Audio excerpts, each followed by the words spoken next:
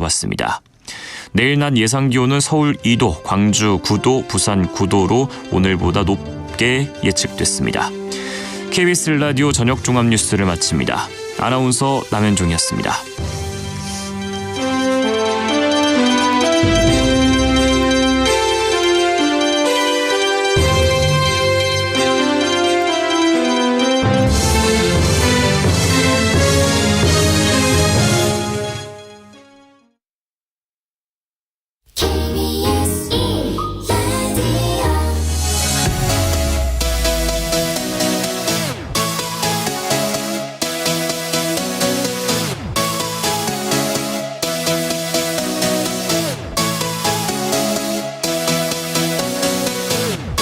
KBS 열린 토론.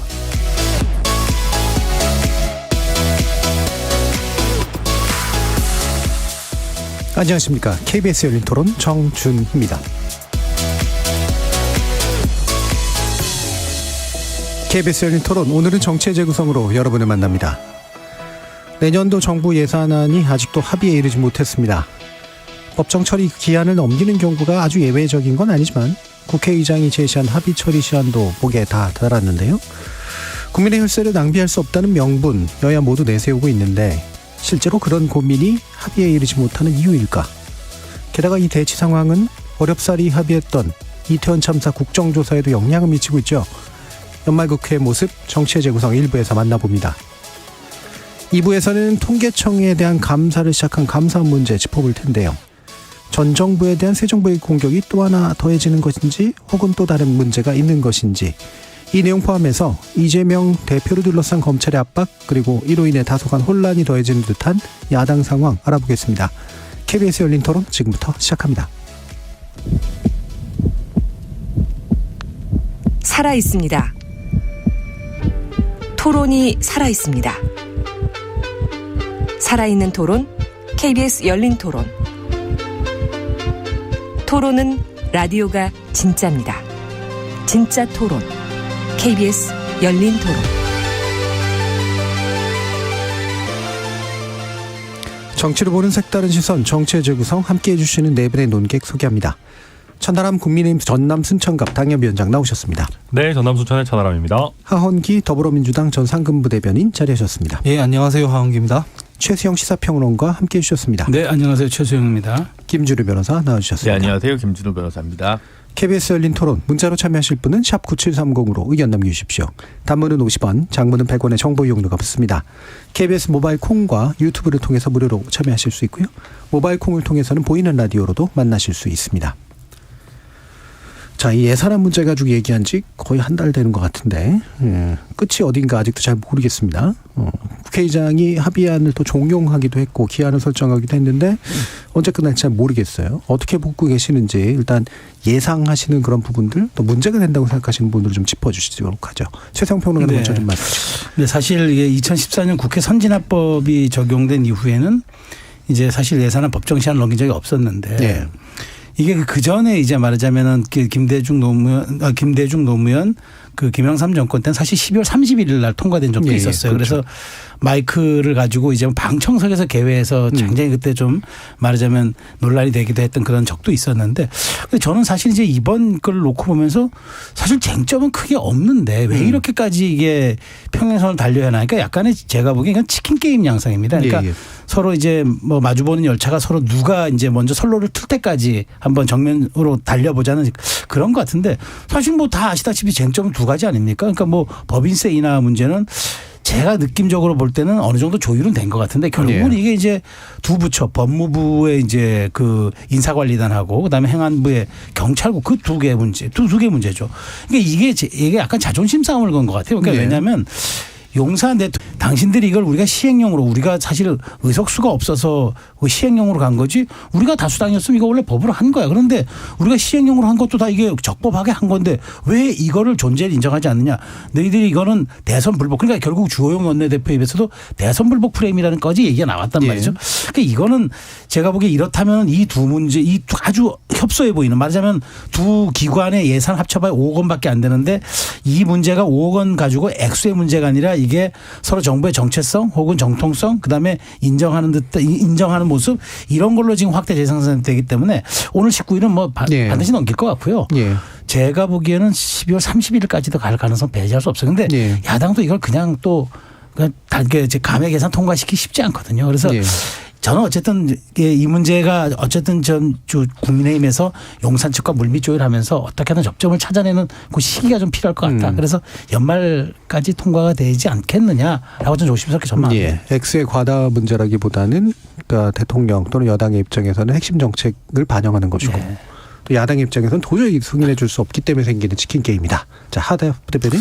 근데 저 민주당 입장에서는 사실 뭐 법인세 최고 구간 세율 감세하는 것도 절대 인정 못하겠다라는 입장이었고, 그다음에 경찰국이나 인사정보관리단 관련해서도 이것은 적법하지 못한 거니까 여기에 대해서는 한 푼도 못 준다 뭐 이런 입장이었는데 이게 김진표 의장 중재안을 통해서 한 발씩 물러나는 거예요. 네. 어쨌든 1%지만 감세 뭐 이건 이 정도까지는 우리가 수용한다인 거고.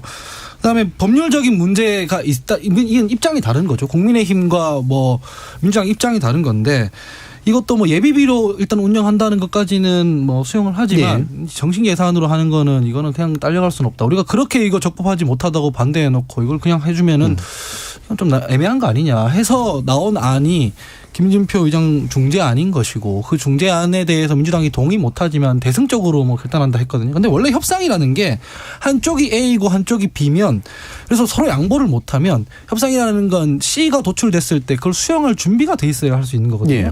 A-1안과 B-1안이 담겨 있는 C안 정도를 받아들일 준비가 돼 있어야 이제 협상이 되는 것인데 지금 민주당은 어느 정도 이제 받아들일 면이 있는 것이고 지금 뭐 국민의힘 같은 경우에는 이거 2개 때문에 대선 불복이라고까지 얘기하는 거잖아요. 아까 최 평론가님께서 잘 말씀해 주셨지만 640조 중에 이 몇 억 안 되는 거 이거 이견 있어가지고 전체 예산이 다 엎어지는데 대선 불복이고 뭐 국정 운영 전체를 못하게 하고 이런 건 전 아니라고 생각을 해요. 그러니까 일은 좀 하게 해달라라고들 다른 분들이 많이 말씀하시는데 일은 다 하게 해주고 있어요. 다만 이 부분에 대해서는 수용을 못한다라고 하면 조금 더 논의해보고 나서 처리할 수 있는 거잖아요. 그래서 이 합의안에 대해서 좀 용산이 좀 대승적인 결단을 했으면 좋겠다라는 생각입니다. 이 정도까지였으면. 천 변호사님. 네, 우선 법인세 부분 같은 경우에는 그러니까 저희가 김진표 의장의 최초 중재안, 그러니까 3% 인하를 하되 2년 유예하자라는 거는 저희가 뭐 받아들이겠다라는 거의 그런 입장이었고, 근데 이제 두 번째 중재안 나왔을 때 1% 인하는 좀 너무한 거 아니냐, 이게 뭐 하는 거냐 마는 거냐, 뭐 이게 언발의 오줌두기냐 이게 나왔던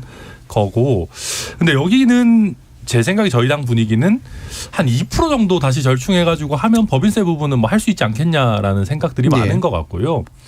그 다음에 지금 경찰국 인사정보관리단은 그겁니다. 아니 위법하다고 주장하는 사람들이면 그럼 지금까지 뭐 위법성을 입증하기 위한 아니면 확인받기 위한 뭐 조치를 했었어야지. 그것도 안 하고 그냥 사실 이 얘기가 수면 아래로 내려갔었거든요. 민주당에서 처음에는 막 이거 위법이다 뭐 위헌이다 얘기했지만 사실 그 후로 구체적인 액션을 취한 바는 없었어요. 그러면은 지금 정부에서 적법하게 이거 설치해가지고 운영하고 있는 실제 운영되고 있고 이미 하고 있는 거에 대해서 이거 별도의 항목 못 빼주겠다. 그냥 남는 예비비로 써라. 그럼 이거 사실상 위법하다는 거를 정부가 인정하라는 얘기인데 이거를 어떻게 하냐. 여당 입장에서 이걸 정부한테 이걸 어떻게 하라고 하는 거냐. 그러니까 이게 저는 그래서 뭐 제가 저희 당에 대해서 가끔 뭐 비판적일 때도 있지만 저는 이거는 충분히 그러니까 정부 여당 입장도 저는 뭐 이해할 수 있다고 생각하고요. 그래서 그러니까 어차피 이거를 해준다라고 한다면은 저희 입장에서 봤을 때는 아니 사법적으로 그럼 이게 무효거나 위법이거나 이거는 그걸로 다투고 예산 자체는 정식적으로 편성해 주는 것도 좋지 않냐. 뭐 저는 그렇게 생각하는데 말씀하신 것처럼 이게 얼마 돈은 되지 않지만 명분을 둘러싼 치킨 게임이고 정부 여당 입장에서도 아니 그렇다고 야당 니네가 헌정사에 처음 있는 뭐 74년 만에 있는 야당 단독안을 통과시킬 거야 뭐 할 거야 집권 첫 해인데 우리가 짠 예산 어느 정도 존중해 줘야지 이런 입장이라서 생각보다 좀 오래 걸릴 수도 있을 것 같습니다. 예. 김재료 변호사님. 근데 중재안은 김진표 의장이 두 번 다 그래도 어느 정도 제3자가 보기에는 납득할 수 있는 수준으로 내신 것 같고 두 번째 중재안은 민주당에서는 이제 오케이 사인을 냈는데 그래서 제가 늘 얘기하지만 주호영 원내대표가 자기 결정권이 있냐. 그냥 용산에서 안 된다고 얘기하는 게 더 크지 않냐. 일은 할 수 있게 다 해준 중재안 같아서 저는 그러니까 이런 거 가지고 싸우면 국민들 눈에서 볼 때는 그래 민주당은 이제 뭐 내려놨네 이제 근데 왜 오히려 국민의힘이 조금 더 목리 아닌가 이렇게 생각할 것 같거든요. 대선 불복 얘기를 뭐 여당 쪽에서 하시는 것 같지만 저는 0.7% 차이로 이겼으면 민주당 의견도 듣는 게 그걸 듣지 않는 게 대선 불복 같거든요. 네. 그래서 좀 논리가 좀 빈약하지 않나라고 생각이 들고요. 굳이 따지면 저는 이제 경찰국 문제는 이제 경찰청 경찰위원회에서 권한쟁의 심판에서 험지 가져갔습니다. 그러니까 그거는 좀 민주당이 할 일은 아니었지만 사법적으로는 여전히 좀 다퉈볼 만한 부분이 있는 거고요. 그거는 이제 경찰위원회 의결 없이 이게 바로 됐기 때문에 생긴 또 절차적 하자 문제가 좀 있습니다. 그래서 인사정보관리단이랑은 좀 다르고요. 그리고 최근에 또 그 대통령 경호처 관련 시행령 문제도 군 관련해서 지휘할 수 있다는 식으로 시행령 개정을 또 하는 것 같은데 그것도 사실은 그 추진 중인 것 같은데 그것도 사실은 이제 입법 사항인데 그 시행령으로 하는 부분이 좀 있거든요. 그래서 그런 부분들에 대해서는 또 민주당이나 야당이나 뭐 시민단체나 비판할 건 비판할 문제라고 봅니다. 그래서 이 정도 했으면 그냥 빨리 합의하는 게 순리가 아닌가 저는 그렇게 생각합니다. 예. 그러면 이 부분을 또 먼저 짚어보죠. 지금 뭐 대부분의 얘기 속에 이미 좀 나왔기 때문에 의장 중재안이 어느 정도의 합리성을 좀 띠고 있고 거기에 대해서 여야가 어떻게 받아들여야 되느냐 이 문제일 텐데 사실 뭐 한편으로는 정부 입장에서야 정부는 집권하고 있으니 집권하는 사람들의 어떤 뜻을 좀 펼치게 해달라라는 게 이제 한편에서의 명분이고 또 야당의 관점에서 보면 의석수가 많잖아요. 그 의석수에 많은 현실의 어떤 세력을 왜 인정해주지 않는가라는 부분에 대해서 상당한 불만이 있을 수밖에 없는 거라서 결국엔 중재로 나타날 수밖에 없는데 이 중재의 그 결과를 사실은 그렇게 잘 맞지 못해지게 된 이유가 뭘까? 어떻게 판단을 하시는지 천하람 변호사님. 네, 우선 저는 김진표 의장이 이렇게 중재 노력하는 것 자체는 굉장히 높게 평가하고요. 잘하고 계시다고 생각합니다. 근데 이제 아까도 말씀드렸지만 이제 몇 가지 명분 싸움이죠. 예. 그러니까 법인세 같은 경우는 그러니까 이제 이게 악순환입니다. 예를 들면 저희도 법인세 그럼 얼마 안 낮춰줘? 까짓 거 그러면 시행령에 있는 뭐 세액공제 이런 거 최대한 늘리지 뭐 이런 식으로 네. 갈 수 있어요. 또 시행령 뭐 해가지고. 네. 근데 그런 거를 좀 가능하면 하지 말고 이번에는 좀 정상적으로 합의 처리하자라는 정신인 거거든요. 그래서 근데 이제 국민의힘 입장에서는 1%는 안만 그래도 좀 너무 아쉽다. 지금 대만이랑 저희랑 7.5% 차이 나고 싱가포르랑 한 10.5% 차이 나는데 이게 지금 1% 내려서 되겠냐 하는 면에서 이제 의장의 최초 의도를 의장이 좀 더 세게 밀어붙여 주시지라는 아쉬움이 있는 거고요. 근데 뭐 방금 김준우 변호사님 말씀하신 것처럼 실제 작용하는 거에 있어서는 경찰국이나 뭐 인사정보관리단이나 뭐 크게 다를 건 없을 겁니다. 근데 어찌 보면 지금 저희 당내에서도 조영 원내대표가 너무 많이 양보를 하고 있는 거 아니냐. 아무리 의석수를 고려하더라도 네. 이런 불만들도 있고 하니까 조영 원내대표 입장에서도 또 이걸 그냥 받기도 좀 어려운 그런 좀 정치적인 상황에 있어가지고 어떤 부분이 좀 많이 양보됐다고 받아들이죠? 뭐 예를 들면 이태원 국정조사 부분이라든지 뭐 일단 예산안하고는 상관없지만 네, 상관없지만 뭐 그런 부분들이라든지 뭐 예전에 뭐 이런저런 뭐 국회 운영상에 있어서의 일들이라든지 이런 거에 있어서 또 당내 강경파들이 또 있는 거다 보니까 뭐 쉽지 않은 게 사실입니다. 네. 당내 역학도 사실 또 중요하고 말씀처럼 이제 그 김준호 변호사 말씀하신 것처럼 사실 결정권자가 누구냐 뭐 이 문제도 중요할 텐데 자 하부 대변인 말씀 한번 들어볼게요. 전 사실은 이게 만약에 평상시에 제가 봤던 국회에서 야당이 이러고 있으면 저희 당이긴 하지만 좀 비판했을 거거든요. 첫 해에 예산을 편성하고 집행하고 운영하는 정부가 이 정도 했으면은 좀 일을 하게 해줘야 되는 거지 이거를 뭐 단독 예산 야당이 처리하는 게 말이 되냐라고 했을 거예요 평소라면. 네. 근데 제가 지금 이 보는 모습이 이게 초유의 사태라는 말들을 많이 하는데 처음 봤습니다. 이를테면 정부 여당 소속분들이 예산 소위 보이콧하고 막 회의도 안 들어오고 이런 거 제가 처음 봤거든요. 그럼 보통 야당에서 하는 거거든요. 근데 이런 모습들부터 해서 처음부터 뭐 준예산 운운하면서 뭐 합의 안 되면 준예산으로 가느니 마느니 그러면 민주당이 역풍 불 거다.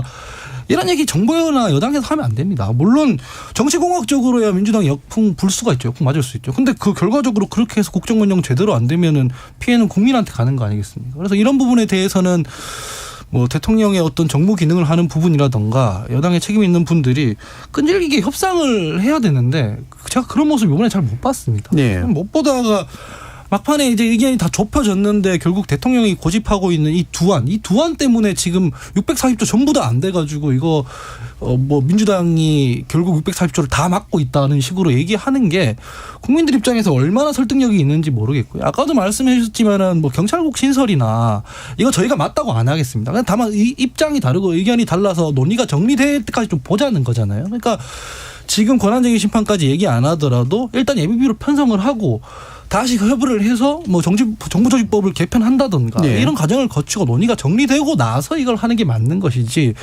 이거 저희 만들 때도 저희랑 뭐 야당이랑 전혀 협상하거나 뭐 설득하려고 하거나 설명하거나 이런 게 없었는데 일방적으로 해놓고 왜 예산 이거 통과 안 해주냐, 이거 국회에서 심의하고 의결하는 건 국회 권한인데 그렇게 얘기하는 건 제가 봤을 때는 정부 여당의 온당한 태도는 아닌 것 같습니다. 그래서 이 부분에 대해서는 이 중재안을 좀 받아가지고 봉합을 하고 내년에 뭐 필요했을 때 정리가 되면 추경을 하든지 여기에 포함시키든지 이게 맞지, 지금 여기에서 치킨 게임 하는 건 별로 적절해 보이지 않는다라고 생각합니다. 그러니까 사실은 예를 들면 여야의 의석수가 동수인 경기도 의회는 다 통과가 됐어요.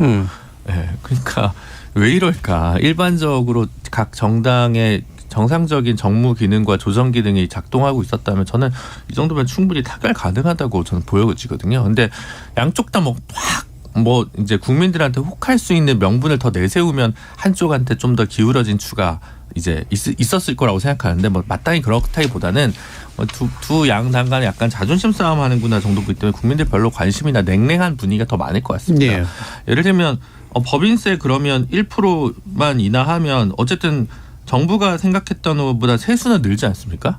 그럼 그 세수 가지고 혹은 3% 인하 반대하는 거니까 아니 그 세수 늘려서 지금 오늘인가요? 그 오세훈 시장이 서울교통공사 적자 이대로 안 된다 보존해달라 정부에서 얘기했는데 그 적자 보존하는데 예산 쓰겠다라고 얘기한다든가 뭔가 민생 문제랑 이거를 같이 끼워 넣어서 새로 생기는 이 예산을 세입을 어떻게 사용할 것이냐를 가지고 얘기를 하면 훨씬 더 건강한 논의가 될 텐데 별로 그런 것 같지는 않고 지금은 약간 그냥 그런 것 같아서 저는 어쨌든 이 부분은 주호영 원내대표가 뭐 힘이 없는 것 같고요. 주호영 원내대표뿐만 아니라 어떤 원내대표가 와도 힘이 없을 것 같은데 이러면 올해는 이렇게 그래도 어느 정도 중재안인데 내년은 어떻게 하겠다는 건지 내년도 계속 여소야 되잖아요. 그러니까 이런 것으로 계속 강행 돌파로 여당이 과연 혹은 정부가 집권 초반을 보낼 수 있을지 저는 계속해서 이런 강공 드라이브는 여당한테도 좋지 않다고 생각합니다. 근데 그 세입이 느는 거 그대로 이렇게 막 전용해서 쓸 수 있는 건 아니니까. 물론 그렇죠. 네.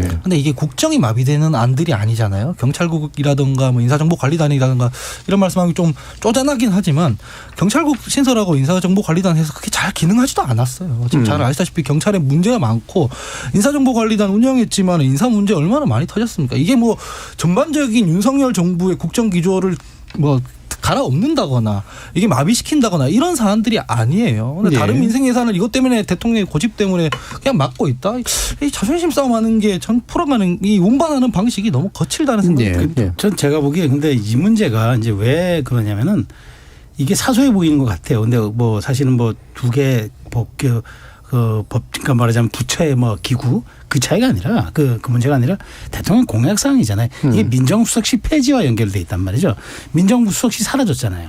사라지고 청와대 용산리에 대통령의 민정수석실 사라지고 나서 그 이 두 개 나눠진 거란 말이죠. 네. 인사정보기는 인사정보관리단에서 하는 거고 그다음에 치안비서관실 기능이 경찰국으로 한 거란 말이에요. 그러니까 이게 용산에서 그냥 이거를 그래 알았어 이게 작은 뭐 이게 두 개 부처의 기구 문제니까 우리가 시행령 올 때까지 뭐 그러니까 시행령에 대한 판단 여부가 올 때까지 우리가 그러면 예비비 씁시다라고 하고 받기에는 대통령 공약 사항인 거죠. 첫 해. 공약으로 내세운 건 사실 좀 아니라. 그러니까 민정수석실 폐지를 내세웠잖아요. 민정수석실 폐지에 따른 후속 조치죠. 그러니까 그게 후속 조치란 말이죠. 그러니까 이게 그런 연장선상에서 놓고 보면 용산에서는 이것만큼 밀릴 수가 없다. 오히려 법인세는 저는 차후 문제라고 봐요. 그러니까 이런 대목 때문에 제가 좀 우려하는 거는 의장이 이제 내려면 세 번째 중재안을 내야 되는데 그러기에는 의장의 권위도 참 이제 문제가 생겼고 그러면 또 어느 선까지 이제 중재안을 내놔야 되는지 이 부분에 대한 가이드라인도 매우 지금 이게 제가 보기에는 이게 함수관계가 복잡해졌어요. 그러면 이제 남은 방법은 하나라고 봐요. 그러니까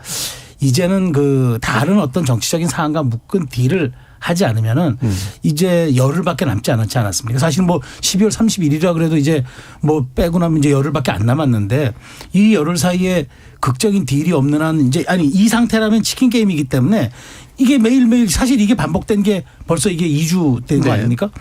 그럼 이게 남은 열흘 사이에 극적인 변화가 있을까? 저는 그렇게 보지 않고 이 갑자기 뭐 합의될 것 같지는 않고 다만 좀 저희가 예측할 수 없는 여러 가지 부분에 대한 정치적인 어떤 뭐 딜이랄까 그런 어떤 그 여야 간 물밑 대화 결단 이런 걸 통해서 이거를 극적으로 타결해야지. 그러지 않으면 저는 감액 예산 가든가 준 예산 간다고 봅니다. 지금 보니까 대통령실 기류가 이 부분에 대해서는 양보할 태세가 네. 없는 것 같아요. 그래서 저는 그래서 사실 좀 우려스러운데 어쨌든 그래서 저는 다른 산이라도 묶어서 물밑에서 우리가 정치의 복원 혹은 뭐 정치적 거래라고는 표현하지는 않겠습니다만 여야가 타협할 수 있는 그런 어떤 그 이슈들을 서로 조금 좀 그 리스트업을 하는 게 지금 현실적인 대안이 아닌가 싶어요. 지금 안을 사실 주호영 원내대표가 내야 되잖아요. 그렇죠. 왜냐하면 민주당은 지금 받겠다고 했는데 이거 안 된다고 하면 민주당 보고 새로운 안을 갖고 와라라고 할 수는 없고 박홍근 원내대표도 주호영 원내대표한테 그렇게 얘기한 거 아니에요. 그럼 새로운 제안을 주셔라. 그전까지 우리가 만날 이유가 뭐가 있냐라고 얘기하면 주호영 원내대표 안을 낼 텐데 그 안이 용화대 승인이 떨어지겠냐는 거죠. 그게 내 얘기는 바로 그래서 주호영 원내대표하고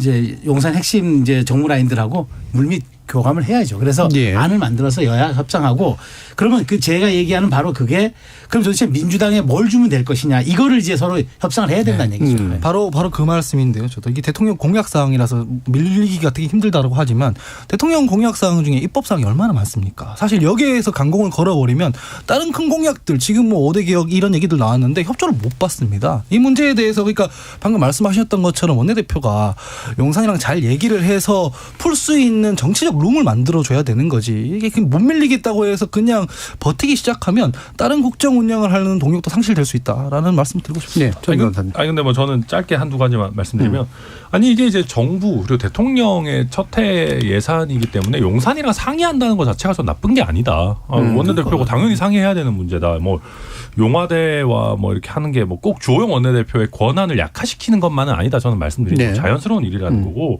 두 번째는요. 이건 약간 큰 정치적인 이런 문제인데 원래 예산안이라는 게 이제 크게 재밌는 일은 아니지만 요즘 보면 정부 여당 입장에서도 더더욱 뭐랄까요. 이게 민주당의 반대로 인한 타격이 별로 없는 것 같아요. 그러니까 이게 무슨 얘기냐면 예컨대 야당이 좀 복수로 존재해서 뭐 과거 바른미래당 때처럼 뭐 민주당이 뭐 한 100, 뭐 한 40, 50석 있고 뭐 또 한 20, 30석 있는 야당이 있고 그 야당들의 복수의 반대가 있다라고 한다면은 아 이게 그냥 이렇게 범야권에서 이렇게 반대를 하는데 너무 여권에서 일방통행하는 거 아니냐라는 게 좀 생겼을 텐데 지금은 이제 그냥 민주당 사실상 하나고 뭐 민주당에서 반대하는 거 아니냐라고 가니까 여권 지지자들도 아이고 뭐 굳이 우리가 물러날 필요 있냐. 그리고 실제 여론도 아이고 뭐 예산안 처리가 좀 길어진다고 해서 크게 뭐 이렇게 부담되는 것 같지 않은데 이런 느낌이거든요. 그래서 뭐랄까요 이게 그러니까 그만큼 민주당이 뭘 반대한다라는 것이 가지는 정치적인 무게감이 저는 많이 떨어져 있는 상태다. 예. 좀 그렇게 생각합니다. 맞는 말씀이고 민주당이 지금 잘 못하니까 국민의 사랑 못 받아서 그런 건 맞는 말씀인데 국정 운영을 민주당만 보고 하는 게 아니지 않습니까? 그래서 민주당이 반대하는 게 효과가 없다 하더라도 전국이 경색되면은 결국 피해는 국민한테 가는 것이니 국정 운영의 동력을 다시 살릴 수 있는 방안으로 좀 기동을 할 필요가 있다는 말씀을 드린 겁니다. 그건 물론이죠. 예, 네. 사실상 민주당이다라고 하니까 또 정의당의 그 위치가 좀 어색해 보이긴 합니다만 죄송합니다. 그 얘기를 좀 듣긴 할 텐데 이런 식으로 좀 모아서 한번 얘기를 해보죠. 그러니까 뭐 일각에서 나오는 얘기이기도 합니다만 정부가 정말로 급한 걸까? 정말로 급하면 뭔가 협상을 할 텐데 이 작은 부분이지만 이거는 절대로 못 놔주겠다라고 생각하는 그런 명분의 어떤 싸움이라고 하더라도 그래서 이제 이게 결국은 이게 이렇게 예산안 처리가 늦춰지고 있는 이 상황이 누구에게 불리하고 누구에게 더 많은 부담을 주고 있는가 그리고 실제로 더 많은 부담을 느끼고 있는가의 문제하고 좀 연결시켜서 얘기하면 좋을 것 같아요. 예, 김준우 변호사님. 그러니까 뭔가를 많이 이제 뭘 할지 예산이 드는 뭔가를 당장에 해야 되는 추진 과제가 새 정부에 아직은 없는 것 같아요. 네. 최근에 이제 국정과제 점검 회의를 통해서 이제 밝힌 비전은 뭐 지방 뭐 균형 발전도 하겠다, 뭐 연금 개혁도 하겠다. 뭐 그리고 또 무슨 뭐 미래 무슨 연구에 만들어서 뭐 노동 관련된 부분 개혁하겠다. 뭐 요즘 개혁하겠다는 이제 의제가 좀 많이 나오고 있습니다. 근데 이제 그 전과 다른 거는 뭔가 좀 복잡해요. 그러니까 국민들이 일단 뭔가를 한다고 하니까 지지율에도 어느 정도 좀 반영이 되는 것 같은데 다만 뭘 하는지 정확하지도 않고 당장에 하겠다는 게 없기 때문에 그와 관련된 동반되는 예산이 그렇게 많이 있는 것 같지도 않아요. 그러다 보니까 이번 예산안에 있어서 뭐 불효불급하게 반드시 당장 추진해야 된다는 것들이 뭐 선순위가 그렇게 막 보이지는 않습니다. 그러다 보니까 별로 급한 마음이 없는 게 아닌가. 정권에서 핵심적인 아젠다로 세팅하고 있는 것들이 이번 예산과 직접적으로 딱 관련 있는 게 안 보이다 보니까 이런 그 배짱이랄까? 이런 게 좀 보이는 것 같고요. 그런데 이제 결과적으로는 어쨌든 수없이 많은 예산 집행이나 뭐 진행 과정에서 늦어지게 되면 뭐 사회 구석 곳곳 뭐 서울과 지방 가릴 거 없이 다 피해를 많이 보니까 국민과 정부 공무원들이랑 뭐 국민들이 피해를 보겠죠. 근데 이제 여야 측면에서 보면 누가 이제 더 정치적 위험 부담을 가지느냐라고 보면 현재 입장에서는 어쨌든 중재안을 두 번째 중재안을 수용한 민주당이 조금 더 면죄부가 좀 더 크다고나 할까? 그런 부분 분명해 보입니다. 예, 천하람 변호사님. 네, 저도 민주당이 중재안 받은 거는 정치적으로 되게 잘했다고 생각합니다. 네. 제가 사실 지난주에 열린 토론하면서 부자 감세 프레임 세게 잡아놔가지고 이거 뭐 중재안 받을 수 있겠냐 얘기하고 그랬었는데 이재명 대표가 간만에 저는 좋은 정치적 감각 보여줬다고 생각하고요. 근데 이제 그럼에도 불구하고 이게 사실은 여야 모두에게 정치적 타격감이 그렇게 큰 사안은 아닙니다. 역설적으로. 왜냐하면 우리나라 같은 경우는 예산이 통과 안 된다고 해서 셧다운이 바로 되는 구조가 아니고 준예산으로 사실 어느 정도 굴러가게 되고요. 또 지금 야당이 아까도 말씀드렸지만은 거대 야당이기 때문에 아무리 2차 중재안을 수용했었다라고 하더라도 결국은 또 이게 파행이 되면 국회 다수당으로서의 책임도 일부는 지게 되는 것이거든요. 그래서 이게 제가 봤을 때 플러스 마이너스가 아주 뚜렷하게 갈리는 그런 이슈는 아니다. 근데 그럼에도 불구하고 하다못해 김진표 의장이라도 본인이 의장하고 있는 와중에 이게 막 12월 31일 넘긴다. 이거는 결코 피하고 싶은 일이거든요. 예. 여야 원내대표 모두 다 굉장히 치욕적인 일이기 때문에 어느 정도는 제가 봐도 31일까지는 하지 않겠느냐 싶긴 합니다. 예. 하다 못하진 않을 것 같고. 하다 못지는 않을 것 같아요. 굉장히 중요한 문제죠. 예, 예. 네. 그 의장에게도 되게 중요한 부담이 되긴 하겠죠. 그럼요. 특히 이제 민주당 출신 의장이라서 생기는 문제도 있을 것 같고요. 이게 예산안이 한창 현안일 때야 민주당이 발목 잡는다 이렇게 얘기할 수 있지만 결국 시간이 지나고 국정 운영을 계속 해나감에 있어서 사사건건 이게 민주당 때문에 민주당이 발목 잡아서 2024년에 심판해 주십시오 이렇게 얘기를 하게 될 건데 당연히 정부나 여당의 손해가 갑니다. 국민들이 짜증 낼 수밖에 없어요. 그런 거 잘 협의해서 받을 거 받고 줄 거 주고 해가지고 국정 운영하는 게 너네가 할 일이지. 너네 여서야 된 거 모르고 권력 달라고 했냐. 그러면은 총선 때 이 권력이 작기 때문에 아무것도 할 수 없었다는 건데 왜 우리한테 표 달라고 했냐. 이렇게 될 건데 당연히 정부의 손해가 가는 거거든요. 물론 민주당 입장에서도 이 국민들한테 사사건건 발목 잡고 뭐 이렇게 보여지면은 좋을 게 하나도 없긴 하지만 결과적으로 이 예산을 편성해서 집행하고 뭔가 국민들한테 행정적인 행위를 해야 되는 건 정부이기 때문에 본인들이 원하는 걸 하기 위해서는 양보를 안 하면 계속 이 손해로 돌아올 수밖에 없다. 그런 구조일 수밖에 없다는 말씀드립니다. 예. 최소영 그러면 냉정하게 얘기해서 사실은 이런 상태로 가면은 이제 그 여당이 뭐 욕먹는 건 맞아요. 왜냐하면 여당이라는 게 뭐 국정 운영에 무한 책임을 짓고 있는 뭐 다 그런 건 국민들도 다 인정하고 있으니까.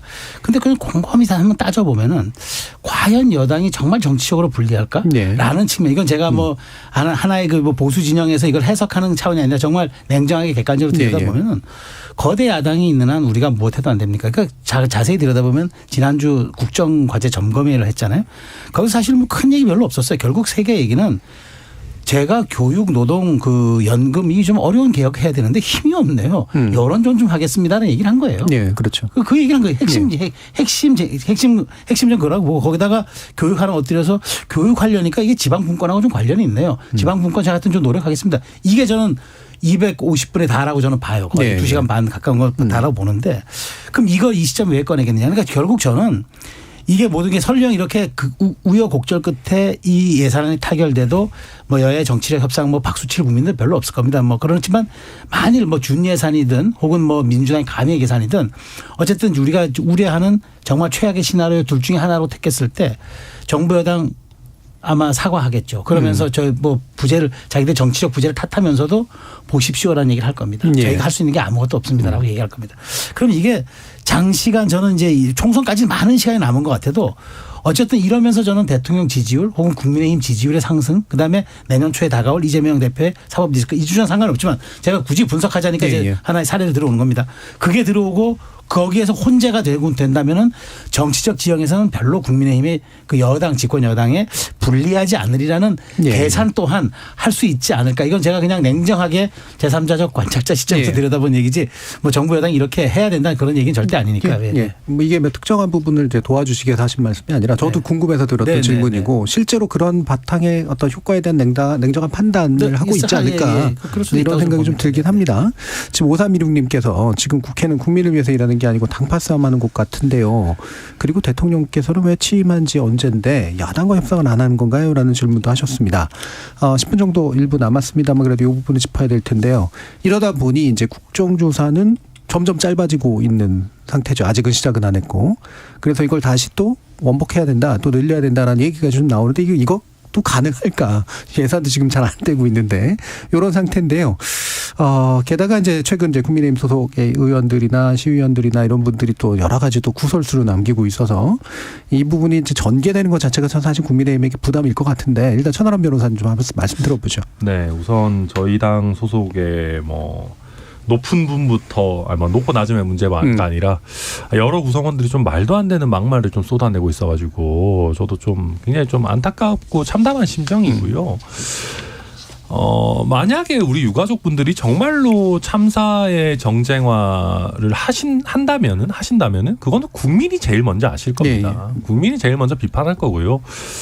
우리가 정말 참사에 대한 정말 책임을 져야 되는 정부 여당에서 먼저 너네 정쟁할 거지 이런 문제가 아니거든요. 그래서 저는 굉장히 안 좋다라고 보고 있고요.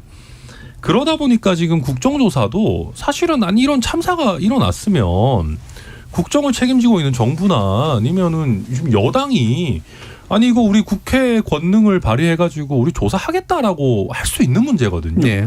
국민들이 이렇게 보시기에 딱 봐도 이거 얘네 이거 하기 싫은데 억지로 하네 이런 느낌을 주잖아요. 이건 책임 있는 자세가 아니지 않습니까? 네. 이거는 그러면 합의해서 해놓고도 욕먹어요. 그래서 저는 왜 이런 형태로 가는지 솔직히 좀 이해하기가 어렵고요.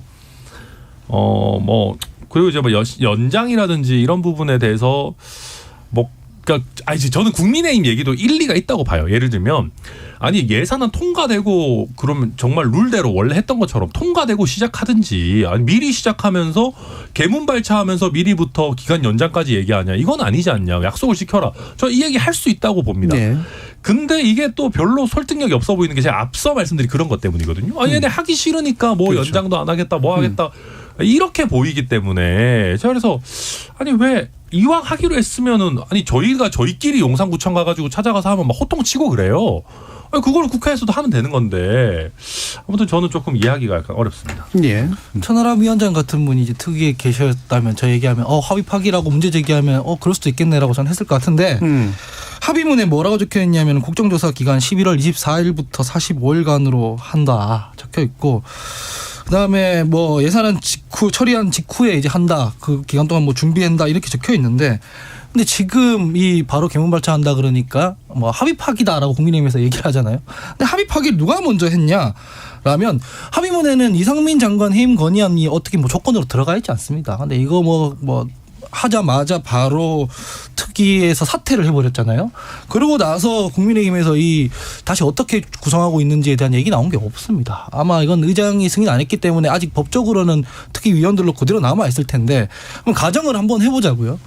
내일 만약에 예산안이 극적으로 협상이 타결돼서 예산안이 통과되면 그 다음 날부터 바로 국정조사 할 수 있습니까? 못해요. 왜냐하면은 지금 국민의힘에서는 준비를 하나도 안 해놓은 상태거든요. 그렇기 때문에 이걸 가지고 합의 파기다. 불리하면 합의 파기라고 하고 본인들은 국정조사에 대한 재반 준비는 하나도 안 하고 있고 진정성이 없지 않습니까? 그렇기 때문에 이 부분에 대해서는 차일피일 시간을 미루고 할 수 없기 때문에 야3당이라도 한다는 것이 저는 옳다고 생각을 하고요. 그리고 그렇게 하면서도 심지어는 나중에 들어왔을 때는 다시 재조정한다는 공간을 열어놓기도 했었습니다. 예. 그래서 이 부분에 대해서는 좀 국민의힘에서도 막말 같은 거 이런 거 해가지고 그거를 훼손하지 말고 진짜로 민주당에 문제 제기를 하고 싶으면 국정조사 준비를 좀 제대로 지금 당 차원에서라도 하고 안을 좀 줬으면 좋겠다 이렇게 말씀드리고 싶습니다. 그럼 뭐 저는 짧게 말씀드리면 이제 이거 같아요. 그러니까 사실은 이제 국민의힘이 냉정하게 따지면 국정조사를 이게 그 우선에 두고 예산안 합의가 아니라 예산안이 일단 통과돼야 되니까 우리가 국조하겠다라고 해서 말해서 순위로 치면은 예산안이 선순위였고 이제 거기에 따라서 이제 후순위로 이제 국정조사를 한 건데 합의한 건데 지금 예산안이 이렇게 난망한 상태에서 저는 그렇게 봐요. 그러니까 국정조사가 그렇게 정말 서두를 일인가라고 놓고 본다면 사실은 이게 여야가 본회의에서 1회에 걸쳐 합의할 수 있다라고 했잖아요. 그러니까 네. 그렇기 때문에 저는 이 부분에 대해서는 굳이 예산안 지금은 사전 준비하는 차원에서 대상 기관들이 이렇게 내부적으로 당에서 다 조율하고 증인들 이렇게 다 해놨다가 예산안 합의하는 시점에 저는 여야가 같이 하는 모습이 바람직하죠. 그리고 그때 저는 여당이 1회에 걸쳐서 우리가 여야 합의에 따라서 45일 중에서 예를 들어 40일을 안 했는데 5일 가지고 국정조사 하자 그러면 그 여당이 면이 쓰겠습니까? 당연히 여당도 합의해서 줘서 그러면 한 차례에 걸쳐서 뭐 얼마나 더 연장한다 이렇게 하겠죠. 그래서 저는 우상호 위원장이 저는 우상호 위원장 입장은 이해합니다. 왜냐하면 야당 입장에서 지금 예산이 지금 연말까지 갈 수도 있다고 사실상 내부적으로 다 예측되는 상황에서 무작정 이거 국조를 안 한다 그러면은 지금 49제가 얼마 전 진행됐던 주말에 진행됐던 사안을 미루어놓고 보면 도대체 민주당은 뭘 하느냐 이런 얘기를 들을 수밖에 없어서 이른바 개문발차론을 할 수밖에 없었다고 저는 생각을 합니다만은 그럼에도 불구하고 그러니까 야당과 정의당 정도가 참석하는 이런 국조는 국민들 눈에 이거는 정말 그 민주당도 민주당답게 했다는 소리 듣지도 못할 뿐더러 여당도 여당대로 저는 안 되는 거니까 저는 지금 이렇게까지 계속 그 강행하는 모습을 하더라도 전 최소한 예산안이 처리가 된다면은 여당이 들어올 걸로 봐요. 그래서 여당이 합의해서 다시 한 번 더 그 그러니까 국정조사 날짜를 조금 더 연장하는 쪽으로 합의안 도출하는 게 저는 국민에 대한 예의가 그 정치가 탈 도리라고 생각하기 때문에 이 부분은 조금 저는 한 열흘간의 여지가 남아 있어서 저는 다시 한번 2차 협상 정도를 기대해 봅니다. 사실. 예. 그렇게 하는 게 바람직하다는 의견과 네. 함께 그럴 수 있다고도 보신다는 거죠. 김준우 변호사님. 근데 이제 그 현장 방문을 2번 하고 그 다음에 이제 뭐 기관 보고 받고 그 다음 이제 청문회 3일 정도 한다는 계획인데 연장이 필요한지 안 필요한지 이제 해보면 이제 아는 거고 지금 입장에서는 모르고 현장 조사부터 한다는 거잖아요. 이번 주에는. 그러니까 아직은 본격적인 거는 뭐 여당 의원들이 들어올 공간을 열어놓고 본격적인 그 기관 보고나 청문회는 뒤쪽으로 놓고 현장 방문부터 먼저 잡아놓은 거기 때문에 우상호 의원이 뭐 이렇게 특별히 아주 무리한 걸 한 것 같지는 않습니다. 그래서 지금 왜냐하면 이게 단순히 여야 간의 합의 문제가 아니라 국민과의 약속이기도 하기 때문에 지금 어젠가 오늘인가 그 유족분 한 분 인터뷰를 보니까 국정조사가 잘 되길 바라지만 기대하진 않는다라고 얘기하셨더라고요. 되게 뼈아픈 얘기인데 그 상황에서 뭐 민주당 입장에서는 이거라도 해야 되겠죠. 그러니까 오히려 이 부분에서 부담을 느껴야 되는 건 여당인 것 같은데 혹은 정부인 것 같은데 오늘 이제 한덕수 총리가 시민분향소에 잠깐 왔다가 유족분들과 사전 협의 없이 그냥 와서 공식 사과 없으면 돌아가시라 그래서 뭐 한 거의 뭐 몇십 초?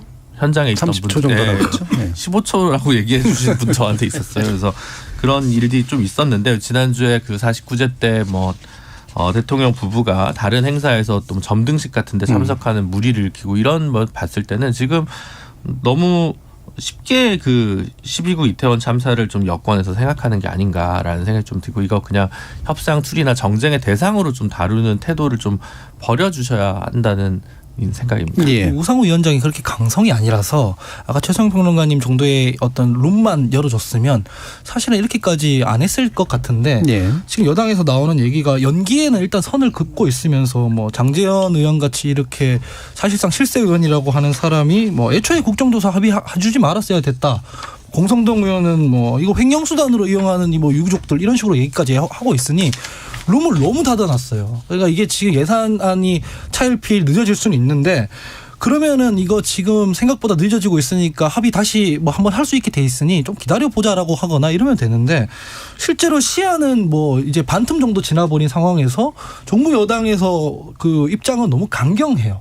그렇기 때문에 여기에서는 끌려다닐 수 없는 입장도 사실 있는 거죠. 예. 그러면 짧게만이라도 좀 들어봤으면 좋겠는데 이게 아까 이제 그 얘기 나왔잖아요. 이게 성탄전 점등 행사에 이제 윤 대통령이 참여했고 49제에는 이제 시민사회 수석이 참여했다고 이제 하는데 이게 바뀌었어야 되는 거 아니냐. 뭐 시민사회 수석이 성탄절에 갈 필요가 있는 건 아니긴 합니다만 요걸 보면서 이제 지금 정부가 사실 이태원 참사에 대해서는 결국은 이제 묻고 가려고 하는 쪽 그렇게 또는 중요하다고 생각하지 않는 쪽이 아니냐라는 생각이 있는 것 같아요. 이런 부분은 좀 어떻게 받아들여야 될지 천 변호사 좀 말씀해 주시죠. 네, 저는 뭐 그 대통령실의 판단이 뭐 나름대로 있겠죠. 근데 이제 대통령께서 저는 49제에 꼭 직접 가야 된다라고 단정할 수는 없다고 봅니다. 네. 뭐 사실 여러 차례 뭐랄까요, 뭐 이제 뭐 종교 행사 같은 데도 이제 자주 가셨고 또 사실 최근에는 유가족 분들과 정부의 어떤 관계성이 이렇게 좋지 않기 때문에 또 어찌 보면은 별로 좋지 않은 상황이 벌어질 수 있고 여러 가지 고려해서 저는 안 갈 수도 있다고 보는데 근데 제가 만약에 대통령실에서 일정을 짜는 사람이었다면 그렇다면 굳이 그 동시간대에 다른 행사를 잡을 필요가 있었을까? 그리고 상대적으로 되게 치어풀해 보이는 행사잖아요. 되게 뭔가 이렇게 점등이라는 거 뭔가 그렇죠. 희망적인 그런 것 아니겠습니까? 그렇다면 굳이 이런 행사에 가실 필요가 있었을까? 그런 저는 솔직히 좀 아쉬움이 남아요. 그러니까 뭐랄까요? 우리가 이제 대통령이라는 자리가 이미 일어난 일을 어떻게 없애겠습니까? 그렇지만 국민의 마음을 어루만져 드리고 뭔가 그래도 내가 이거에 대해서 가슴 아파하고 뭔가 중요하게 생각하고 있다라는 시그널이어야 되는데 사실 참사 일어나고 직후에는 그런 모습들이 지속적으로 나왔는데 또 최근에는 좀 그런 메시지가 좀 거의 없거든요. 그래서 저는 이 일정이 곧 메시지인데 이게 조금 더 센시티브 했었어야 되는 거 아닌가 하는 아쉬움이 있습니다. 예, 취업풀과 센시티브라고 하는 화려한 영어 단어들을 양념을 받은. 아니, 국정과제 점검회의에서 뭐 본인들의 국정과제라고 얘기하겠지만 사실 국민들 입장에서 보면 현안에 있는 특히 이제 이태원 참사에 관해서 한마디도 얘기가 없었거든요. 이제 거기서부터 뭔가 좀 청와대의 정무 기획 기능이 지금 살아 있다면 뭔가 좀 어긋난 게 아닌가 싶은 생각이 들고요. 두 번째로는 대통령이 야당 대표도 안 만나고 유가족 대표도 안 만나고 뭔가 본인이 불편한 것 같은 사람을 아예 안 만나려고 하는 것 같은데 글쎄요. 검사는 그럴 수 있지만 대통령이 그래서 될까요? 라는 생각을 많이 하고요. 불편하지만 중국 주석도 만나야 되고 필요하면 뭐 북한의 국방위원장도 만나야 되는데 만나실 생각이 없으신 걸까요? 저는 도무지 좀 이해가 안 가는 행보라는 생각밖에 안 들고 굉장히 애석합니다. 제가 아까도 말씀드렸지만 0.7% 차이에 아슬아슬하게 당선되신 분이면 다양한 국민들의 목소리를 듣는 게 되게 중요하거든요. 사실 그 국정과제 점검회의 때도 그런 건데 뭐 경제 위기에 따라서 뭐 임대 아파트 뭐 이런 것들도 다 있겠지만 이번에 그 외국 중증 장애인들 시설에서 나온 생산품을 이제 연말 선물로 돌리다가 국산이 아닌 수입품 그걸 사서 논란이 됐잖아요. 사실 농민분들 같은 경우도 지금 경제 위기나 유가 상승에서 타격이 되게 큰데 그런 분들 얘기는 뭐 들리지 않아요. 국정과제 점검회의나 그런 각 부처에서마다 사람을 뽑아 올려서 100여 분의 국민들을 했다는데 농림수산부에서는 국민들을 추천 안 했을까요? 근데 그 얘기 목소리 아예 들리지도 않잖아요. 그러니까 사회적 소수자 아니면 전장현이 그렇게 투쟁하고 있는데 장애인 문제에서 어떻게 하겠다. 이태원 참사에 어떻게 하겠다. 현안에 있는 사회적 소수자에는 어떤 대책을 세우겠다. 보수 정부에서는 이런 얘기들을 해야 되는데 그런 얘기들은 그냥 하나도 신경 쓰지 않는 것 같아서 저는 굉장히 유감입니다. 알겠습니다. 자, 이 부분도 좀 길게 얘기하게 되긴 합니다만 일부 시간 좀 많이 지나서요. 일단 이 정도로 정리하고 혹시라도 미진한 부분 있으면 2부 논의 섞어서 좀 한번 진행해 보도록 하죠. 여러분은 KBS 열린 토론과 함께하고 계십니다. 토론이 세상을 바꿀 수는 없습니다. 하지만 토론 없이 바꿀 수 있는 세상은 어디에도 없습니다.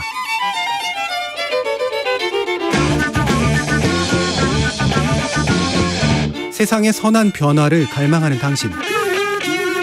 정답이 아니라 질문의 힘을 믿는 당신.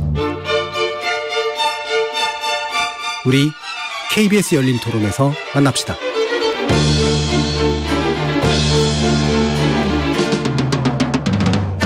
KBS 열린 토론 월요일 코너 정치의 재구성 최수영 시사평론가 김준우 변호사 천하람 국민의힘 순천갑 당협위원장 하원기 더불어민주당 전 상근부대변인 이렇게 네 분과 함께하고 있습니다.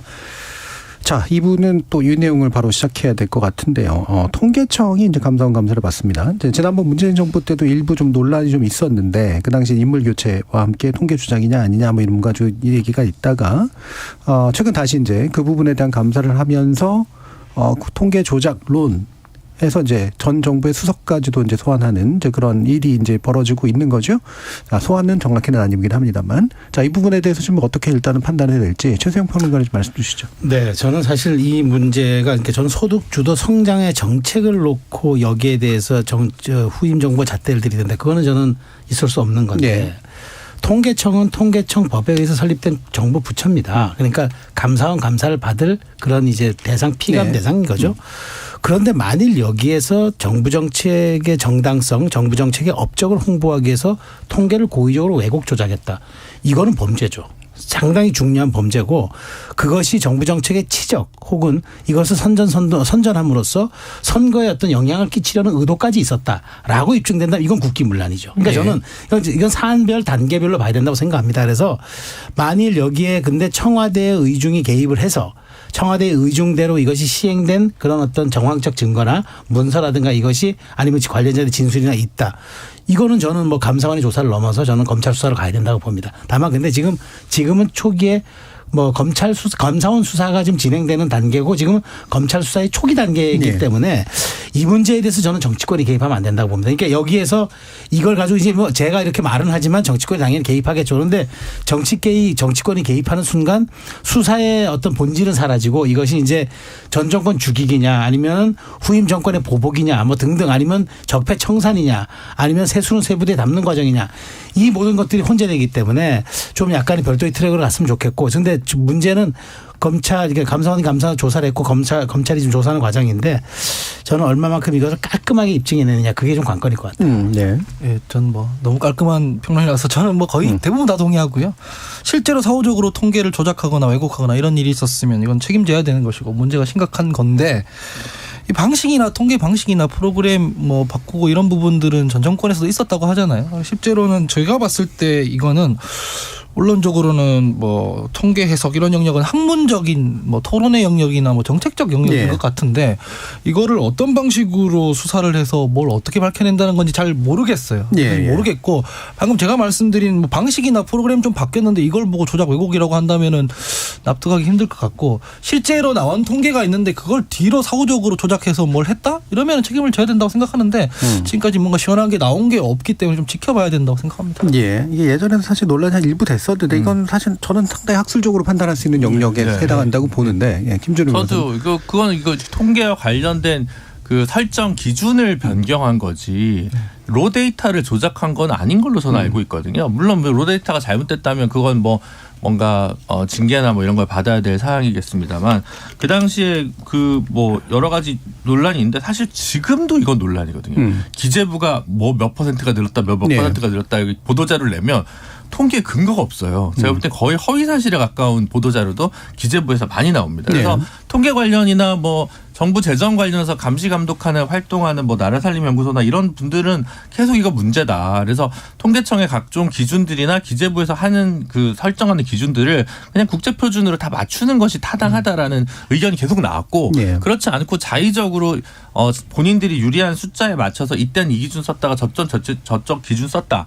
그거는 정치적인 비난과 학술적인 토론의 영역에서 문제될 대상은 되죠. 근데 그게 감사원 감사나 검찰 수사의 대상이 된다? 저는 아직까지 드러난 바에서는 그건 좀 해당하지 않는 것 같습니다.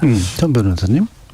모르겠어요. 김 변호사님이 팩트를 좀 많이 안 보셨을 수도 있는 것 같은데 지금 드러나고 있는 거 언론 보도를 통해서 나오는 얘기들을 보면 표본이 마음에 안 든다고 해가지고 교체를 한다거나 심지어는 숫자를 임의로 그냥 입력을 했다라는 얘기까지 지금 나오고 있거든요. 이거는 단순히 뭐 평가 방법이나 학술적인 기준의 그런 문제가 아니고 말 그대로 통계를 오염시키고 왜곡시키는 거잖아요. 그러니까 이런 게 있었으면 당연히 뭐 우리 모두 다 의견이 똑같겠지만 처벌을 해야 될 일이고 그리고 이게 이제 이런 의혹이 언론에 의해서도 나오고 뭐 이렇게 나오는 상황에서 감사원이 이거를 감사를 안 하는 것도 좀 이상하죠. 그리고 감사원이 당연히 감사를 해야 되는 부분이고 문제가 있으면은 당연히 뭐 처리를 해야 되는 거라서 최소영 평론가님 말씀처럼 이걸 저희가 너무 앞서 나가가지고 뭐 이렇게 그러니까 우리가 이제 전 정권을 존중하라는 게 전 정권에 뭐 문제가 있는 것도 다 덮고 넘어가자라는 것은 아닐 거 아니겠습니까? 그리고 정권 교체라는 게 어떤 의미에서는 그 약간 이 뭐랄까요 이렇게 덮어져 있는 거를 약간 한번 들춰가지고 진짜 문제 없는 거야라는 걸 보는 순기능도 있는 것이고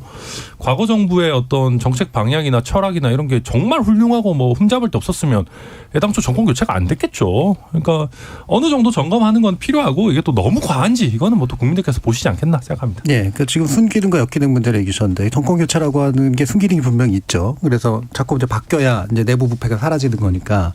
근데 역기능이라고 하는 건 이제 그 기준이 이제 명확하지 않았을 때 이제 결국 생기는 문제인데 뒤지기 시작하면 한도 끝도 없으니까요. 어느 정도 수준이라고 판단하시는지 하용희 부대변인 한번 말씀해 주시죠. 글쎄요. 저는 뭐 서해 공무원 이것도 그렇고 전반적으로 보면 정책적 판단의 영역에 있거나 학술적 토론에 있는 영역까지 이 감사원이나 수사기관이나 이런 데서 개입해가지고 뭘 한다는 게 사실 납득이 안 됩니다. 그렇다고 뭔가 팩트가 달라진 게 나오는 것도 아니고 일단 정치인들이 먼저 나서가지고 전 정권에서 이런 비리가 있는 거 아니냐 이거는 터는 게 맞다라고 하면 감사원이 나서서 다시 뭐 에드벌룬이라고 하나 이걸 띄우고 그걸 다시 검찰이 걷어들이는 과정에서 언론에서 뿌리고 그래서 속 시원하게 뭐가 나오는 건 없고 그래서 이 방식 자체가 그냥 전 정권 수사 이런 거를 하기보다는 문재인 대통령 제외하고 문재인 대통령 주변에 있는 사람들 다 망신 주려고 하는 거 아닌가라는 생각이 들어요. 실제로 이게 아까 말했듯이 뭐 이 통계청 문제에서도 표본을 오염시켰다거나 혹은 뭐 로데이터를 사후적으로 수정했다거나 이런 증거가 있는 거 아니겠습니까? 예. 증거가 나오면 깔끔한 문제예요. 그건 책임지고 처벌받아야 되는 문제인데 그거 아니잖아요. 여기서 그러면 언론에서는 뭐 문재인 정권이 통계 조작했다라는 헤드라인만 막 걸리다가 그리고 감사원에서는 이거 조사해야 된다라고 하는데 깔끔하게 뭐가 나오진 않고 이런 것들이 너무 반복되는 것 같다라는 생각이 듭니다. 그러니까 저는 이제 좀 약간 별도로 좀 봐야 될 것 같은 게 이제 이를테면 주 52시간 그 노동 그 문제라든가 그다음에 문재인 케어에 대한 얘기는 그거는 새 정부의 어떤 정치적 혹은 어떤 정책적 정체성에 관한 부분이라고 저는 생각하기 때문에 이 부분을 그럴 수 있어요.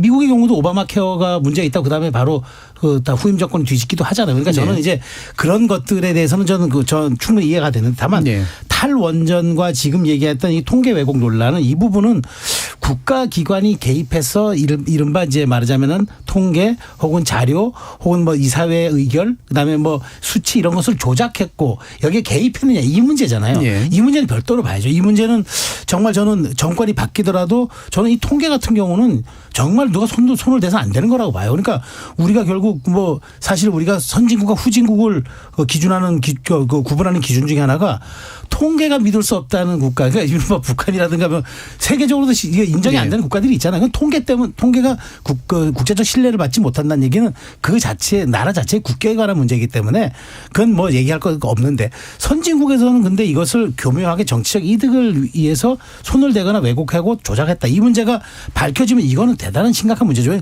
이거는 정부 여하를 막론하고 앞으로 우리 국가 대한민국이 선진화되는 국가로 가기 위해서라도 저는 반드시 필요하고 또 더군다나 우리 그 경험 있잖아요. 1998년도 IMF 외환위기 사건 때 그때 국가가 사실은 통계에 손을 댄 거거든요. 우리 경제 튼튼하다 뭐 외환 보유 문제 없다다가 다 이게 거짓말로 되게 드러난 거 아닙니까? 그래서 그래서 강경식 장관 같은 경우는 이제 사법의 대상이 되느냐 마느냐 논란이 있었던 거죠. 그런 걸로 봐서는 저는 이 문제는 별도로 그러니까 말하자면 주 52시간 혹은 문재인 케어 이런 것들은 새 정부에 대한 정치적인 정체성 문제를 봐야 하겠지만 이 문제는 저는 너무 말하자면 전 정권 지우기다라고까지 확인하기 그렇고 다음에 어떤 정부가 들어오더라도 최소한 이런 부분에 대한 논란이 없도록 저는 이번 정부에서는 이 문제를 좀 더 정말 금과 옥조처럼 깔끔하게 좀 정리 한번 했으면 좋겠어요. 김준우 변호사님. 근데 이게 글쎄, 그러니까 그때도 그 통계청이 표본을 이제 조작한 게 아니라 표본을 확대하면서 교체를 했는데 민주당도 오히려 그걸 비판했어요. 민주당 입장에서는 소득 분배율이 나쁘게 나오니까. 근데 그게 그 당시에도 분기별로 그 소득 분배 조사하는 게 정확성이 없고 사실 전 세계적으로 거의 유례가 없는 조사 방식이다라는 것도 다른 문제 별도의 문제가 있었던 거거든요. 그러니까 예를 들어 통계를 이거 바꾼 거 관련해 가지고 이제 논란이 되니까 청장이 바뀐 건 맞는데 통계 표본을 바꾸라고 민주당이나 청와대에서 지시한 건 아니거든요. 이건 되게 다른 문제란 말이에요. 그래서 약간 아까 천하람 변호사님 뒤섞어서 얘기하신 것 같은데, 그러니까 저는 이게 그 학술적으로 계속 논란이 되고 있는 사항들이 있고 각계 학자들이나 그 당시에 보면 그 뭐 노동연구원 통계도 그렇고 그 통계청 통계도 그렇고 접근 방법이 다 어프로치가 다 달라서 이게 저희 그 제가 이게 통계 문외한이 저희 같은 사람이 이렇게 함부로 얘기할 문제는 아닌 것 같거든요. 근데 어쨌든 이게 과잉돼서 그냥 어떤 생각이 드냐면 구석구석 모든 부분에 있어서 과도하게 지난 정권의 모든 것을 한번 파헤쳐 보자라는 어떤 대단한 야심이 있지 않나 여기까지 건드린 거 되게 이례적인 거라고 생각이 들어서 그 학술적이거나 아니면 그 전문가적인 부분은 토론의 대상이 돼야지 감사의 대상이 되는 거 어쨌든 지금 입장에서 저는 상당히 부적절한 것 같습니다. 아니 근데 이게 모든 데이터가 외부에 공개되고 모든 교수들이 들어가서 볼 수 있는 거면 학계에서 논의하면 되는데 이게 내부에 갖고 있는 자료라 이런 것들을 감사원이 감사 안 하면 사실 누가 봅니까? 그러니까 어느 정도 범위에서 문제가 있는지는 뭐 서로 생각이 다를 수 있는데요. 그러니까 이게 합의가 안 되니까 사실 감사원에서 열어봐서 이거 진짜 문제가 있는지 없는지 감사해야 되는 거거든요. 이것도 못하면 감사원 왜 있습니까? 그러니까 아무튼 그래서 저는 그런 거고 그리고 저희가 지금 파악하고 있기로는 문재인 청와대에서 통계청에다가 좋은 내용도 좀 담아줘라 이런 건 좀 빼도 되지 않냐 뭐 이런 얘기를 한 뭐 문건까지 지금 나오고 하는 마당이라는데 이거는 아까 최종 평가 말씀대로 우리 통계의 어떤 그 글로벌 신뢰도에 관한 문제니까 뭐 간단한 문제 아니고 좀 봐야 되는 것 같고요. 그리고 그 지금 뭐 서해 공무원 같은 경우는 그렇습니다. 그러니까 이게 진짜로 뭐 대북 관계에 관한 정책적 판단만 있다 그러면 그걸 왜 저희가 그러겠습니까? 그냥 비판을 하고 말겠죠. 이건 이때 판단이 잘못됐다. 근데 이게 단순히 수사기관이 아니라 법원도 나서가지고 뭐 10시간씩 신문해가지고 이거는 형사처벌 범죄 어느 정도 소명이 돼가지고 구속까지 지금 하고 있는 마당에 이게 단순히 그냥 정책적 판단의 문제였으니까 넘어가자? 좀 그럴 일은 아니라고 보고요. 그리고 저는 그리고 지금 이런 게 저희가 이제 박근혜 정부 끝나고 적폐청산 열심히 했던 게 저희 지금 대통령이라서 좀 뻘쭘하긴 합니다만은 그때야말로 정말 보복의 광기 막 이런 게 있었거든요. 그때 무리하게 뭐 해가지고 무죄 나온 사람 진짜 많습니다. 그래서 그거에 비하면은 저는 지금 정부 바뀌어가지고 뭐 얼마나 뭐 광기 어린 수사를 하고 있고 그쵸. 저는 그렇지는 않다고 생각합니다. 그래서 사실은 윤석열 한동훈이 유능한 검사가 아니라는 얘기가 나오는 건데 상당히 많은 직권 남용죄가 무죄가 나왔어요. 최고의 검사라고 그래서 하시니까 민주당에서요. 저는 그런 적 없고 민주당에서 그런지 모르겠는데 저는 그런 적이 없고 그래서 이번 수사 같은 경우도 보면 결국은 뭔가 문서를 뭐 파기한 죄라 내지만 직권남용죄는 대부분 무죄 나올 거거든요. 이게 상당히 이런 문제가 생길 겁니다. 그래서 이런 방식으로 하면 안 된다라는 게 어떻게 보면 반면교사가 돼야 되는데 거꾸로 된 것 같아요. 저는 지난 정부에서 예컨대 경제범죄를 일으키거나 부패범죄를 일으킨 거였으면 추상같이 해야 된다고 생각합니다.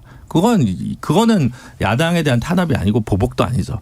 왜 이 정부에서 마약 수사를 최근에 공을 들이냐면 마약을 통해서 재벌가의 3세나 이런 분들이 많이 잡혀갑니다. 연예인이나.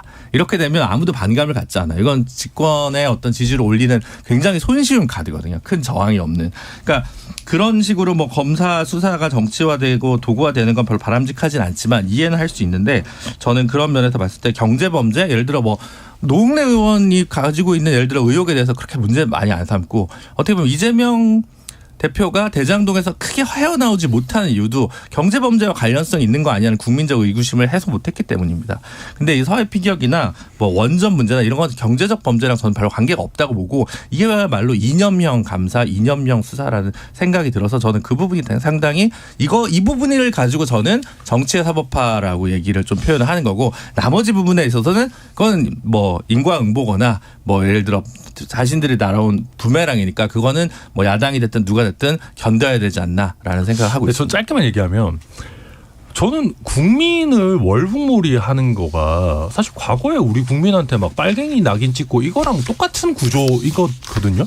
그러니까 물론 경제범죄도 뭐 중하죠. 뇌물 받고 하면 안 되죠. 근데 한 국민을 월북으로 몰아가는 것이 과연 그거에 비해서 낮은 정도의 어떤 법익 침해냐? 저는 그렇게는 생각되지는 않습니다. 물론 그렇죠. 근데 국민 한 명이 돌아가신 부분에 대해서 이렇게 많은 연력을 쓰는데 국민 130몇 명이 돌아가신 일에 대해서는 이토록 침묵하는가에 대해서 반문하지 않을 수 없죠. 그러니까 월북으로 몰아갔다라고 하면 이제 팩트가 다 나왔는데 보니까 몰아간 거다라고 하면 실제로 그 문제 제기가 맞을 수 있는데 이게 너무 성급하게 단정하는 거 아니냐라고 문제 제기하면 모를까. 지금 아직 몰라요. 저는 이제 월북으로 뭐 몰아갔다고 생각을 하지 않는 것이고 그냥 그렇게 판단을 했다고 믿는 것인데 그건 나와봐야 아는 문제인 것이고 이걸 다 사법의 영역에서 국가 안보 때문에 판단한 영역까지 검사들이 보고 들여다보고 이거를 뭐 한다? 이게 향후에도 별로 좋은 선례로 남진 않을 것 같다는 생각이 듭니다. 네. 저도 짧게 그냥 이거 뭐 지금 논쟁이 마무리될 것 같으니까 짧게 말씀드리면 근데 이게 경제사법이다 아니다. 이게 정책적 부분이다 아니다. 이게 구분하기가 참 혼재되어 있는 게 너무 많습니다. 이를테면 탈원전 같은 경우도 얼핏 보면 정책에 대한 문제 같지만 그 에너지 정책의 전환으로 인해서 태양광 썼잖아요. 태양광으로 인해서 지금 엄청난 많은 비리가 나오고 있고 거기에 특혜를 얻은 사람들은 이것 또한 경제 문제로 봐야 되냐, 그건 정책 문제로 봐야 되냐, 이것도 혼재되고 그다음에 지금 이제 이제 통계 문제도 저는 2018년 이렇게 해서 대통령이 90%까지 늘어났는데 통계가 뒷받침돼 주지 못하니까 통계청장이 경질됐다. 그래서 그것으로 인한 정치적 홍보를 가지고 2020년에 총선에서 이것이 호재가 되어서 소득주 성장 여러분 지켜달라 찍어달라 했다. 이것도 정치적 이득에 대한 문제죠. 그러니까 이런 문제들을 무자르듯이 하기가 쉽지 않아서 어떤 이런 경계들 그래서 저는 정치가 어쨌든 그 어떤 좀 말하자면 그 구체적 증거들이 나오고 입증이 되기 전까지 정치가 너무 과도하게 개입해서 이거 뒤섞어내는 것들 그래서 정쟁으로 몰아가는 것 이것이야말로 저는 여야든 다 지향을 해야 된다라고 저는 생각합니다. 예. 7319님이 감사원 움직일 때마다 감사원장이 말한 감사원은 대통령 지원기관이라는 말이 떠올라서 신뢰가 안 갑니다라는 말씀 주셨고요. 주정원님은 목적 달성루의 통계 방식을 변경한 겁니다. 정치적 목적이 다분한 거죠라는 말씀도 주셨습니다. 김진희님은 전 정권에 대한 심판 국민의 몫으로 남기고 지금 정부는 나라 살림과 국민을 위한 정책을 세우고 실천했으면 좋겠습니다라는 그런 또 의견도 남겨주셨네요. 2부 시간이 많이 남지 않아서 이 부분은 아주 길게는 다루지 못할 것 같은데요. 지금 이제 그 민주당 상황이 어떤지 좀 일단은 하원기 부대변인 말씀을 좀 들어봐야 될 것 같아요. 저는 뭐 나가는 방송들마다 그렇고 계속 이게 뭐 분열 혹은 내분 이거 아니냐라고 하는데 전 아직까지 그런 조짐은 못 느끼겠고 네. 다만 이제 걱정하시는 분들은 있죠. 이런 상황에서 총선 어떻게 치르냐 혹은 유동규 같은 사람은 사실 이재명 대표가 이제 성남시장 할 때 직접 중용했던 사람인데 이런 사람이 이제 범죄 혐의에 입증까지는 모르겠지만 어쨌든 범죄가 있다고 이제 다들 공공연히 알고 있는 사실 아니겠습니까? 이러면 이제 유감 표명 정도는 해야 되는 거 아니냐. 혹은 뭐 이게 검찰의 수사 방식에 대해 문제 제기할 수 있지만 이게 모든 당력을 쏟아가지고 이거를 방어해야 될 일이냐. 이거는 대표나 혹은 대표 주변에 있는 사람들은 개인적으로 법률적으로 대응하면 될 일이고 당은 당대로 이제 전선을 제대로 긋고 해야 되지 않느냐. 이런 뭐 걱정을 하는 사람은 있습니다. 이제 우리가 할 수 있는 것 얼마 전에도 화물연대도 있었고 52시간제도 있었고 이거 다 입법 사항인데 여기에 대해서 민주당이 제대로 전선을 긋고 뭐 서민과 중산층을 위해서 싸웠느냐 하면 아니거든요. 그래서 저도 이제 불평불만을 많이 하는데 이것들이 다 수사에 대한 어떤 방어적인 메시지에 함몰되는 경향이 있어서 여기에 대해서는 대표가 좀 정리를 했으면 좋겠다.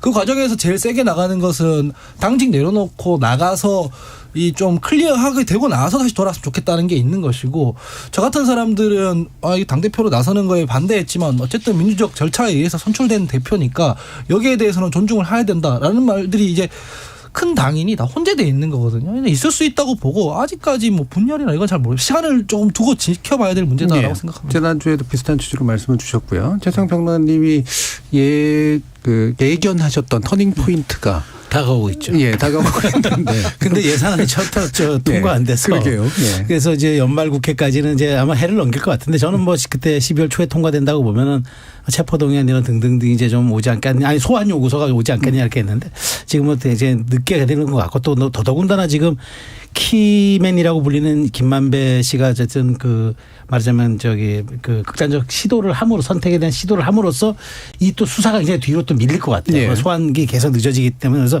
조금 저는 해 넘길 것 같다는 말씀을 다시 한번 드리고 저는 이제 이재명 대표의 시간이 이게 길어지면 길어질수록 민주당의 곤혹스러움과 민주당의 그 지지율 빠지는 게 그 정비례 시간으로 늘어날 것 같아요. 그러니까 지금 민주당이 무슨 걸 꺼내놔도 방탄이라는 얘기를 되치는 순간 거기서 헤어나올 수가 없어요. 그리고 이제 노웅래 의원 이제 바로 오잖아요. 이제 체포동의안이 저기로 오면은 지금 아마 딜레마죠. 근데 지금 기류는 뭐 부결로 잡아서 어쨌든 우리가 이 검찰의 시간에 우리가 대응해야 된다. 그러니까 이게 무도한 시간 우리가 최소한 우리가 일렬 대우로 우리가 방어해 줘야 된다. 그렇게 하는데 문제는 그거죠. 어쨌든 사안의 정당성을 떠나서 그 노웅래 의원에 대해서 그 부결을 되는 순간 저는 이재명 대표가 바로 연상될 거라고 봐요. 국민적인 측면에서. 이것이야말로 이게 바로 이재명 리스크인 거죠. 그러니까 저는 이렇게 민주당이 그걸 알면서도 아마 선택을 할 겁니다. 자, 그러면 이게 국민들 눈에 자꾸 어떻게 비춰지는가. 정치는 사실은 인식에 대한 문제라고 제가 늘 말씀드리는데 사실에 대한 문제가 아니라 인식에 대한 문제라고 말씀드리면 이게 자꾸 쌓이면 쌓일수록 민주당은 어떤 그 방탄에 대한 어떤 그 프레임을 깨지 못하고 계속 거기에 함몰되는 한 저는 뭐 이게 뭐 무망한 거죠. 그래서 언제쯤 분리되느냐. 근데 저는 이제 이제 말하자면 트리거가 되는 시점은 방아쇠를 당기는 시점은 이재명 그러니까 노웅래 의원 꽤 끝나고 다시 오든가 아니면은 이재명 대표의 체포동의안이 봄쯤으로 저는 예상하는데 소환 조사가 이어진 다음에 그때 어떻게 하느냐. 또 계속 또 부결시키느냐. 네. 그게 저는 그때가 아주 그 변곡점이 될 거로 생각합니다. 네, 천하람 변호사님. 저는 이재명 대표는 이미 실질적으로 대표가 아닌 것 같다는 생각이 많이 듭니다. 뭐 사실 보이지도 않고요. 요새는 박홍근 원내대표가 훨씬 더 많이 보이지. 그 무슨 메시지를 내놓으시든 요새는 또 무슨 팔도를 이렇게 다니시고 뭐 하고 하신다는데 솔직히 별로 잘 보이지가 않고요. 조금 있으면은 민주당에서 불만이 더 많이 터져 나올 수 있을 겁니다. 총선에 가까워지면. 근데 지금 이제 적대적 공생관계라고 하는 게 국민의힘도 솔직히 뭐 이상한 거 많이 하고 있기 때문에 뭐 갑자기 뭐 당헌 당규 또 바꾼다고 하지 않나 뭐 그런 거 하니까 이제 이재명 대표 타격이 그렇게 안 보이는 거죠. 또 반대로 또 뭐 국민의힘도 그러고 있는 것도 또 우리가 뭐 좀 해도 또 이재명 대표 잡혀가고 하면 또 괜찮겠지 뭐 이런 서로 이제 적대적 공생이기 때문에 지금은 아주 뭐 마치 그냥 별 탈 없이 있는 것 같아 보이지만 무게추가 한쪽으로 약간이라도 쏠리면 이거는 터져 나올 일이라고 보고요. 제가 만약에 이재명 대표면은요. 정치개혁이나 뭐 정당개혁 이슈를 세게 던질 것 같아요. 그렇게 해서 예를 들면 뭐 3선 이상 연임 금지가 됐건 아니면 뭐 선거제도 뭐가 됐든 그런 걸 세게 던져가지고 당내에서 이재명 대표를 비판하는 목소리가 나올 때 오히려 그 사람들을 기득권을 지키려고 하는 구태 세력인 것처럼 만들어버릴 수 있는 그러니까 전략이 좀 나와야 되는데 지금 이재명 대표는 뭐랄까요. 그러니까 그런 걸 할 정치적인 자산이 스스로 충분치 않다고 생각하는 것 같아요. 그러니까 뭐 어떻게 보면 메시지도 아무것도 없고 그냥 시간만 보내고 계신 거 아닌가 싶습니다. 예, 몸값이 높은 주장인데 이제 계속 부상으로 뒤에 있는 듯한 느낌 뭐 이런 거죠. 예. 천하람 변호사님 얘기가 저 뭐 거의 비슷한데요. 사실 올해 하반기 이재명 대표는 이제 다 지나갔는데 거의 그렇죠. 이거 합격점이라고 하긴 좀 어려울 것 같고요. 근데 이제 내부의 대안부재이기 때문에 내년 상반기까지는 시간은 좀 남아 있을 것 같고. 그 와중에 신년에 뭔가 새로운 메시지를 낼 수 있냐. 예를 들면 천하람 그 위원장 얘기하듯이 정치개혁 메시지를 낼 수 있냐. 이게 이제 하나의 카드일 텐데 대선 때도 막판에 안철수 후보에 대한 구애로 갑자기 약간 연정을 연상케 하는 거를 뒤늦게 한번 냈었거든요. 네. 그 아는 심상정 후보를 두고 한 구애는 절대 아니었습니다. 네. 수신처는 정확히 없었지만 누구나 알 수 있었죠. 그러니까 그게 마지막 정도 남은 뭐 그거에 버금가는 뭔가 새로운 안을 좀 내든가 그런 방식으로 뭔가 국면을 타개하지 않는 한 실질적으로 계속 좀 뭐랄까 힘을 잃어가는 대표가 되고 있는 것 같습니다. 예, 한국 다시 한번. 예, 뭐 사실상 제가 아까 좀 말씀드렸지만은 뭐 수사 이런 걸 떠나서 뭘 보여준 게 없죠. 뭐 사실 뭐 서민과 중산층의 정당이라고 하는데 약자들하고도 연대를 안 하면서 예산안 전국에서는 법인세 인하 가지고 부자 감세 아니냐 하고 실제로 선거 때는 부자들 적대하지 말자 뭐 이랬거든요. 그래서 뭐 그런 점에서 보면 수사하거나 아니면 지역 말단적인 부분을 가지고 지도부에서 뭐 물고 뜯고 하는 과정에서 지지율이 오르지도 않고 이런 것들이 계속 이어지고 있는 건데 그러니까 대선 뭐 시즌 2가 계속 이어지고 있다고 하는 거 아니겠습니까? 이거를 타개를 안 하면 글쎄요 그 뭐 수사와 별개로 지도력을 상실하는 거 아닌가 이런 생각들을 많이 하는 건데. 예, 그렇습니다. 저도 당원의 한 명으로서 걱정이 됐네요. 네, 마지막 1분 천하람 변호사님 아까 말씀 나왔지만 당원 당규 변경 어떻게 보세요? 저희가 처음에 100% 하겠다 그럴 때 설마 했거든요. 요새 설마 하는 걸 다 하시기 때문에 뭐 하는 거 그러니까 이게 이론적으로는 괜찮아요. 원래 당원이 당 대표를 뽑는다 뭐 할 수 있는 건데 지금 저희 당이 보수 정당이지 않습니까? 저희가 민주당에서 급격하게 뭐 예를 들면 검수완박 같은 거 할 때 아니 법을 이렇게 급격히 바꿔도 되냐 막 급격한 변화에 대해서 비판도 많이 하고 그랬는데 저희가 또 전당대회 앞두고 너무 또 급격하게 룰 변화를 갖고 가는 것 같아가지고 좀 뭐랄까 안정성을 추구해야 될 보수 정당의 어떤 철학이나 이념에 좀 안 맞는 방향 아닌가 예. 생각합니다. 최대한 잘 포장을 하신 것 같은 그런 느낌이 드네요. 혁신위원회 목소리를 좀 내주세요. 화가 많이 납니다만은. 알겠습니다. 예. 보수 정당으로서의 정체성에 대한 대지품을 하셨습니다. 자, KBS 열린 토론 월요일 코너 정체 재구성 이것으로 모두 마무리하겠습니다. 오늘 함께해 주신 네 분 김준우 변호사, 최세영 시사평론가, 하원기 더불어민주당 전 상근부대변인, 국민의힘 순천갑 당협위원장 천원 변호사 네 분 모두 수고하셨습니다. 감사합니다. 감사합니다. 학위 논문을 써본 사람이라면 아마 공감할 텐데요. 자신의 의견을 최대한 펼치고 싶지만 지도교수의 뜻에 따라 한 번 굽히고 심사위원들 뜻에 따라 또 여러 번 굽히다 보면 애초에 하려고 했던 말이 무엇이었나 혼란해지기 일쑤입니다. 물론 최종 판단은 그들이 하는 거고 내 의견이 옳다는 보장은 그 어디에도 없죠. 어떻게든 통과는 시켜줬으면 좋겠다는 마음으로 버티게 마련인데요. 예산안을 바라보는 정부의 마음이 그런 마음과 같을까? 아니면 꽤 다를까? 궁금해지는 시점입니다. 저는 내일 저녁 7시 20분에 다시 찾아뵙죠. 지금까지 KBS 열린 토론 정준이었습니다.